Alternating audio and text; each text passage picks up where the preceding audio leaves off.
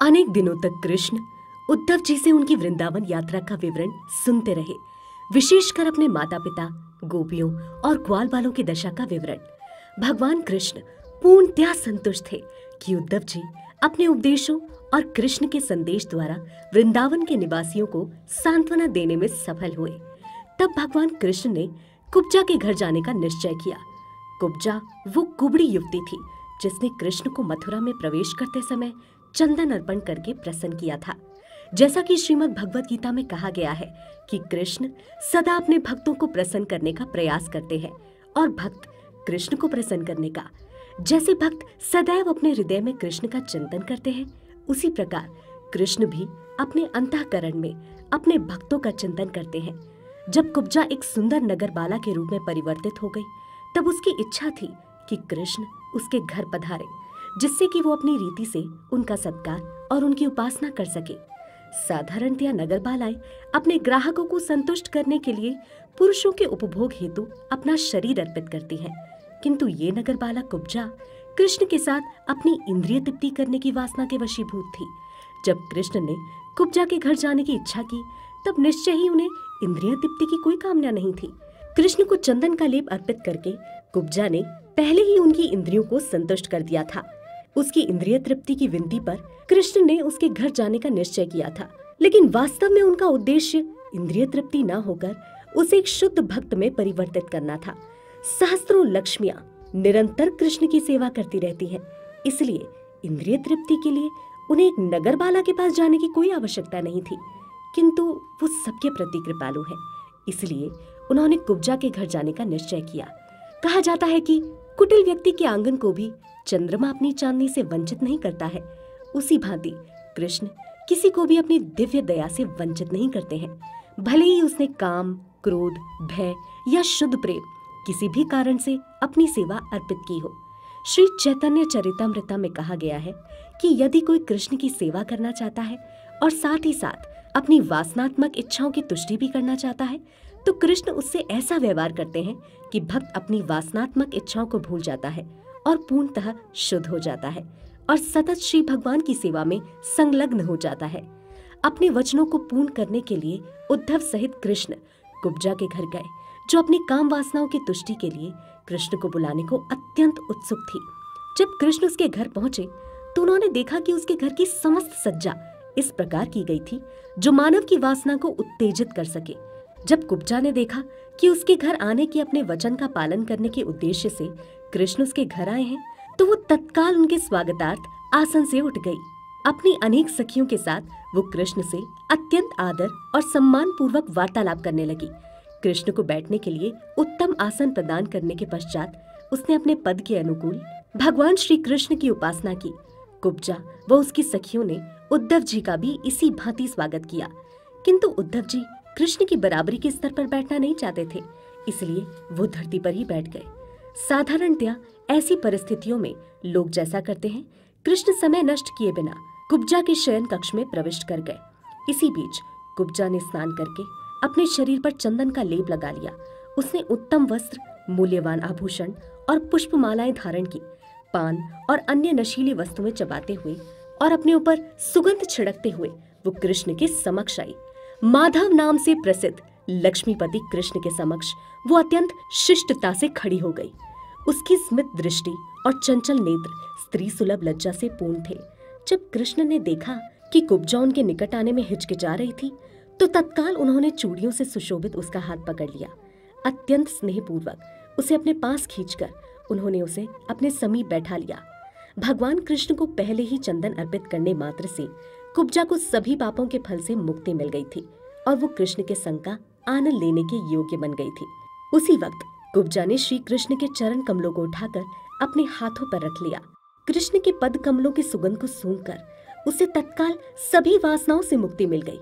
इस प्रकार उसे अपनी भुजाओं में श्री कृष्ण का आलिंगन करने की अनुमति मिल गई और उसकी ये दीर्घकालीन कामना भी पूर्ण हुई कि कृष्ण उसके घर अतिथि बनकर आए। श्रीमद् भगवत गीता में कहा गया है कि भौतिक पापों के फल से मुक्ति मिले बिना कोई भी श्री भगवान की दिव्य प्रेममयी सेवा में संलग्न नहीं हो सकता।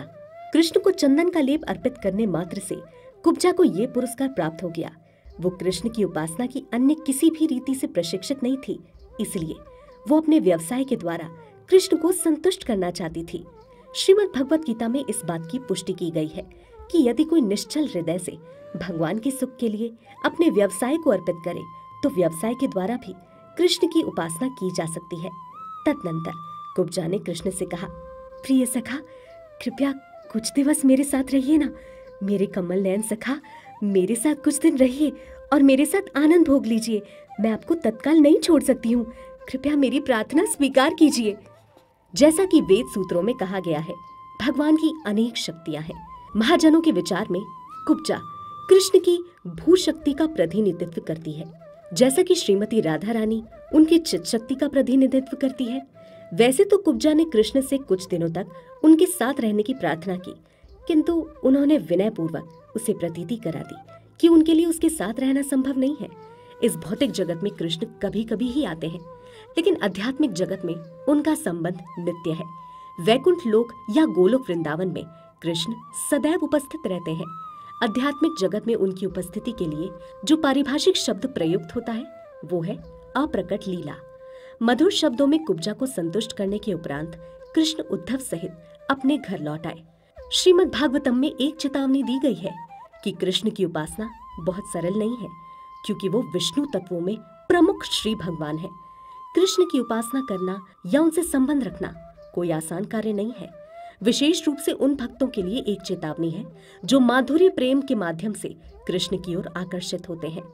कृष्ण से प्रत्यक्ष संबंध के द्वारा इंद्रिय तृप्ति की कामना करना उनके लिए हितकर नहीं है। वास्तव में इंद्रिय तृप्ति की क्रियाएं भौतिक हैं। आध्यात्मिक जगत में चुंबन, आलिंगन जैसे लक्षण तो हैं, किंतु भौतिक जगत में जैसी इंद्रिय तृप्ति की प्रक्रिया होती है वैसी वहाँ कोई प्रक्रिया नहीं है।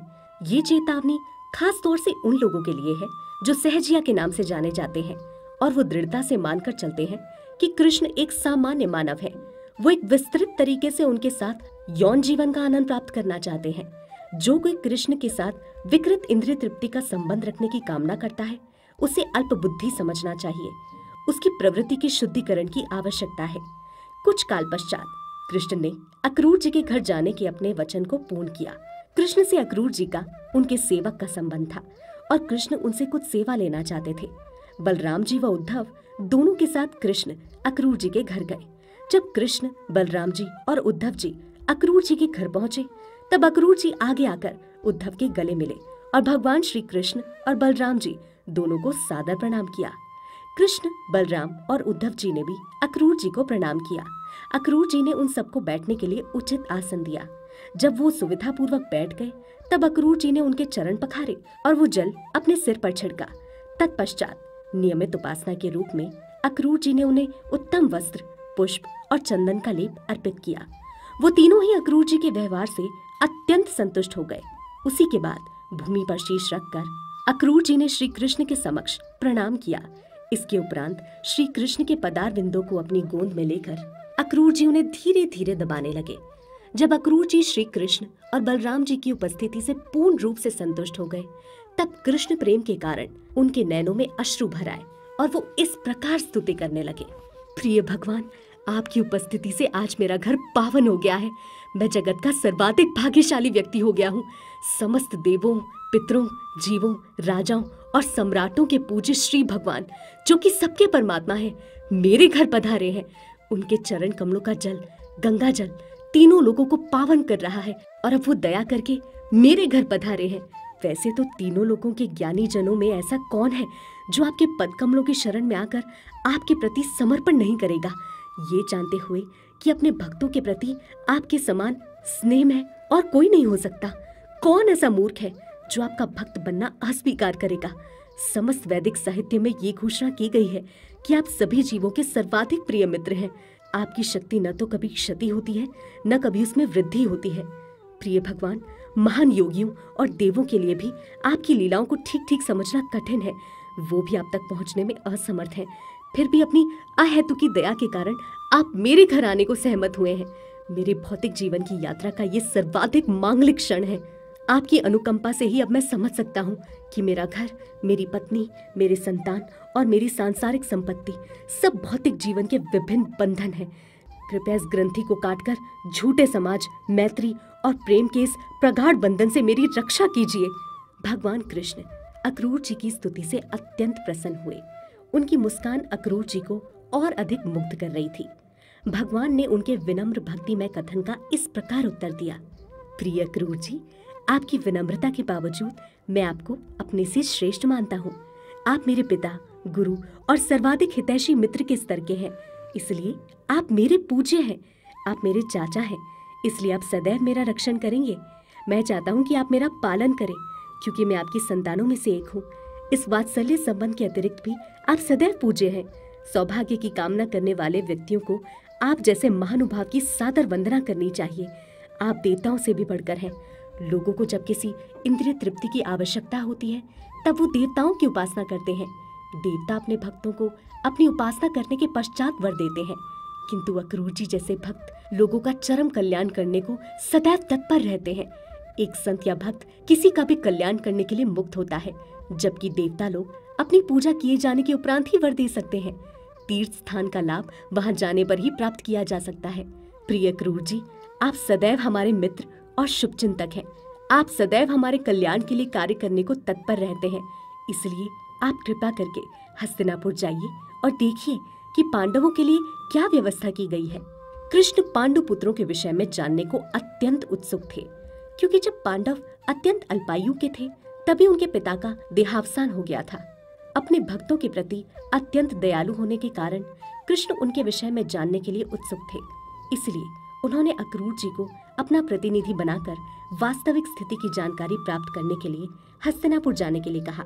कृष्ण ने आगे कहा, मैंने सुना है कि राजा पांडु की मृत्यु के उपरांत उनके अल्पायु पुत्र युधिष्ठिर, भीम, अर्जुन, नकुल और सहदेव अपनी विधवा माँ के साथ धृतराष्ट्र के संरक्षण में आ गए हैं, जो उनके संरक्षक के रूप में उनकी देखरेख करने वाले हैं।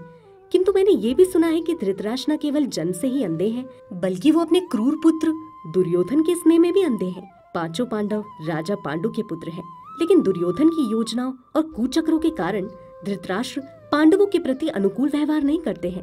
कृपया आप वहां जाइए और इस तथ्य का अध्ययन कीजिए कि धृतराष्ट्र पांडवों से कैसा व्यवहार कर रहे हैं। आपका विवरण मिलने पर मैं विचार करूंगा कि पांडवों पर किस प्रकार अनुग्रह किया जाए। इस प्रकार भगवान कृष्ण ने अक्रूर जी को हस्तिनापुर जाने का आदेश दिया और तत्पश्चात वो बलराम जी और उद्धव जी के साथ घर लौट आए। किस प्रकार सहायता करेंगे भगवान श्री कृष्ण पांडवों की, जानने के लिए सुनते रहिए स्पिरिचुअल स्टोरीज। हरे कृष्णा।